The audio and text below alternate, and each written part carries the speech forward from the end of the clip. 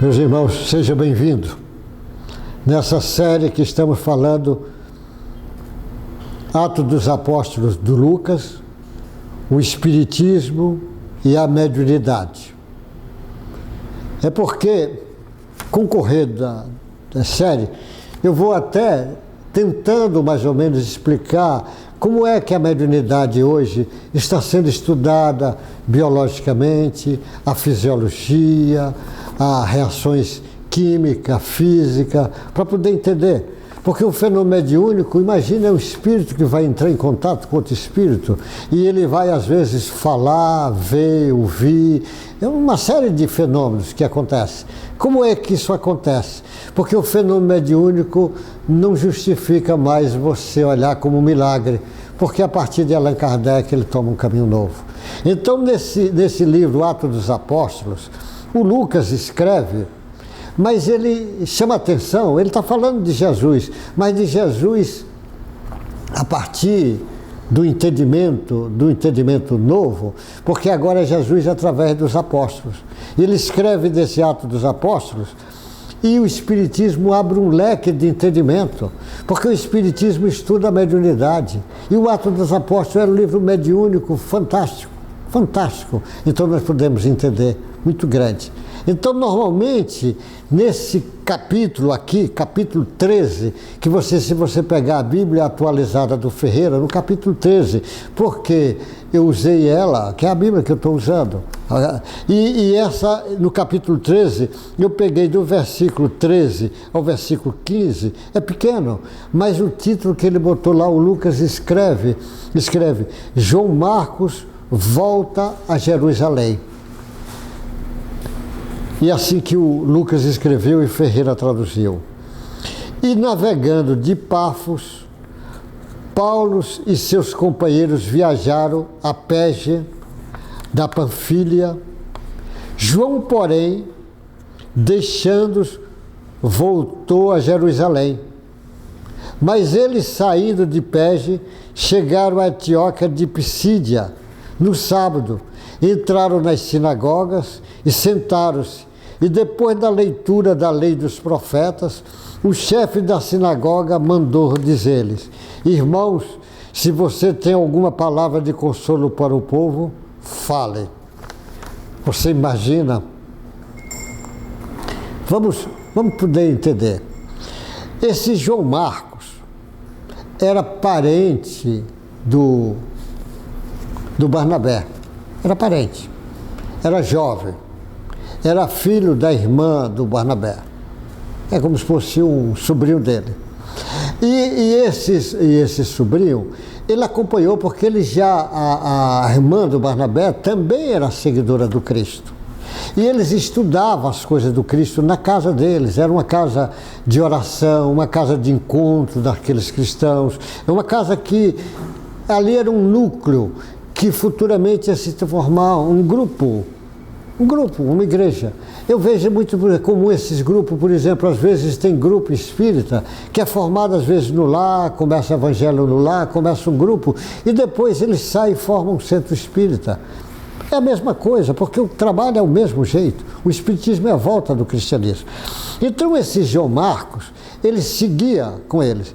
Mas o Paulo e o Barnabé resolveu tomar um caminho que era um pouco diferente. Em vez de ficar nas cidades litorâneas só, ele resolveu agora mergulhar pelas montanhas, porque tinha que subir rios, porque aumentar a altitude, porque tinha muitas cidades, muito lugarejo lá em cima.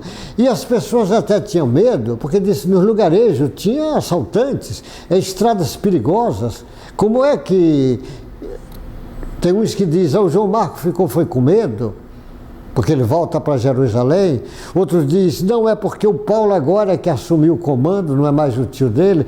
Existem várias pessoas que dizem. Na realidade, o Barnabé era um gigante, o Paulo gigante, e esse João Marcos também venceu o gigante. João Marcos é o Marco que fez depois o Evangelho de Marcos, São Marcos. É um gigante. Ele volta para Jerusalém, mas depois ele vai fazer outras viagens com Paulo e com Barnabé. e vai também levar a mensagem de Jesus para muitos lugares. Mas aí você veja, eles fazem, aí ele vai navegando, ele diz, navegando de Pafos, Paulo e seu companheiro viajaram de Perge até Panfilha. Essa viagem era longa, a distância era grande. Porém, descendo voltou, porém o João volta, o João Marcos volta. Mas eles saindo de Perge, chegaram a Antioquia de Pisídia, é longe. No sábado, quando eles chegavam na cidade, a técnica daqueles cristãos primitivos é muito interessante. Foi essa mesma técnica que o Paulo fez, que o Pedro fez e que o Estevão fez. O discurso, lógico, é um pouco diferente um do outro, mas se você ler o discurso do Estevão, a primeira vez que vai lá no Sinédrio e faz o discurso dele, ele de novo ele vai relembrando aos judeus toda aquela caminhada deles e vai relembrando dos profetas, vai lembrando das necessidades do patriarca, vai lembrando de Moisés, vai lembrando da necessidade de ter o rei, e veio Saul, mas eles acharam que não ainda era ideal, depois veio Davi, e o Davi que vai dar origem, no grupo do Davi, que vai dar origem à chegada do Cristo, do Messias, que estava previsto lá no Velho Testamento, que ia ser da mesma linhagem, porque era tribo, Israel tinha 12 tribos, a tribo ligada do Davi, que é do Benjamim, que ia dar origem à chegada do Messias, como estava explicado, como era assim que explicado. Então ele usava essa técnica para depois chamar a atenção que vários profetas, inclusive Davi, que é o grande músico, artista, as músicas do Davi, as salmos de Davi, eram canções, as pessoas cantavam, e eram canções na direção de exaltar Deus. Eram canções mediúnicas do trabalho dele. E as pessoas hoje até se cantam os salmos, mas não sabe, talvez você não tinha partitura, como antigamente na época não tinha, então você às vezes a melodia não deve ser igual. A letra pode ser igual, mas a melodia não. Mas ele sempre usou, e ele usava, o Paulo usava a mesma estratégia, vai mostrando para dizer o Messias tinha que vir, que estava tudo previsto. Ele ia chegar, ia nascer do tronco do Davi, ia nascer na cidade de Belém, ele ia ser perseguido, ia ter aquela entrada triunfal em Jerusalém, montado no jumento, como diz, ia ser morto na cruz, depois ia voltar a aparecer por discípulo, como ele volta na ressurreição, que ressurreição, todo mundo não morre, ninguém morre, o Espírito não morre, mas Jesus precisou aparecer para se materializar diante de todos eles, porque o trabalho dele exigia isto. E quando vai mostrando isso para dizer que Jesus é o mesmo que estava previsto. É assim que ele fazia. Depois ia falar, aí incomodava as pessoas quando ele começava a dizer que esse Messias tinha sido crucificado pelos próprios judeus.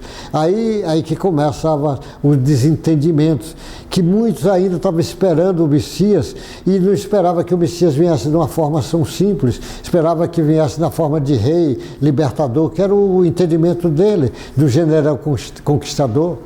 Então, a mesma coisa, como Jesus disse que depois mandaria o Consolador prometido para relembrar tudo de novo, e as pessoas acham que Jesus vai voltar para relembrar e não entendem que o Espiritismo volta, que ele já está ensinando e as pessoas não entendem, não compreendem isto, mas depois vai compreender. Igual muitos companheiros daquele, depois ia compreender que Jesus é o Cristo enviado lá que os profetas antigos falavam, que o profeta é médio. Aí ele diz o seguinte, aí entra no sábado, a técnica sempre era o mesmo, ele entra no sábado, que era o dia que na sinagoga as pessoas ficavam lá, ele senta e espera, e o que está comandando, faz a leitura da lei, dos profetas, que era assim que eles faziam na reunião, o chefe da sinagoga manda dizer-lhe a Paulo e a Barnabé, irmãos, se vocês têm alguma palavra de consolo para o povo, falem.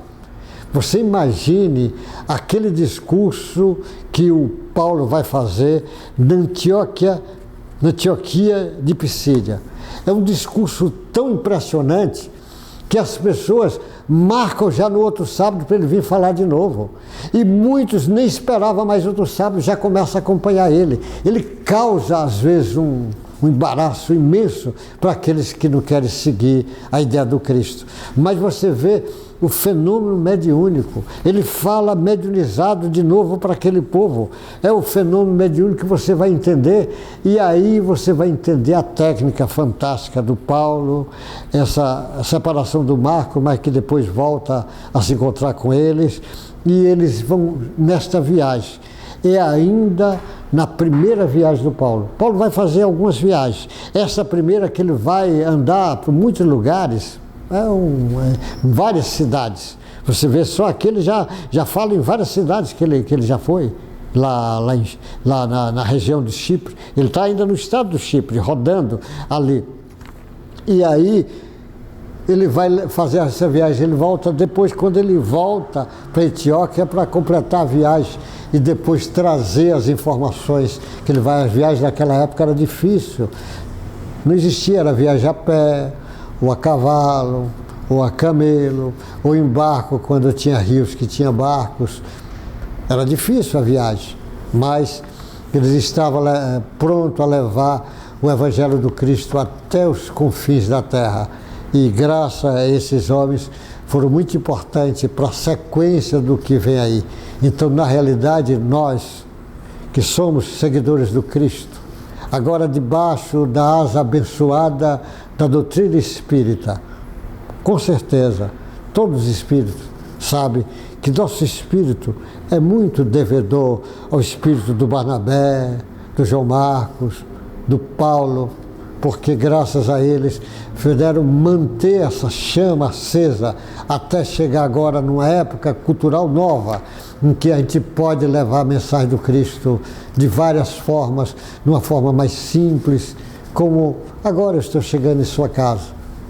Que Deus te ajude, te abençoe e compreenda as lições profundas desse livro, mas com a ótica do Espiritismo você vai ver diferente, e com a compreensão da mediunidade você passa a ver diferente. Que Deus te guarde, te abençoe e até o próximo encontro nosso.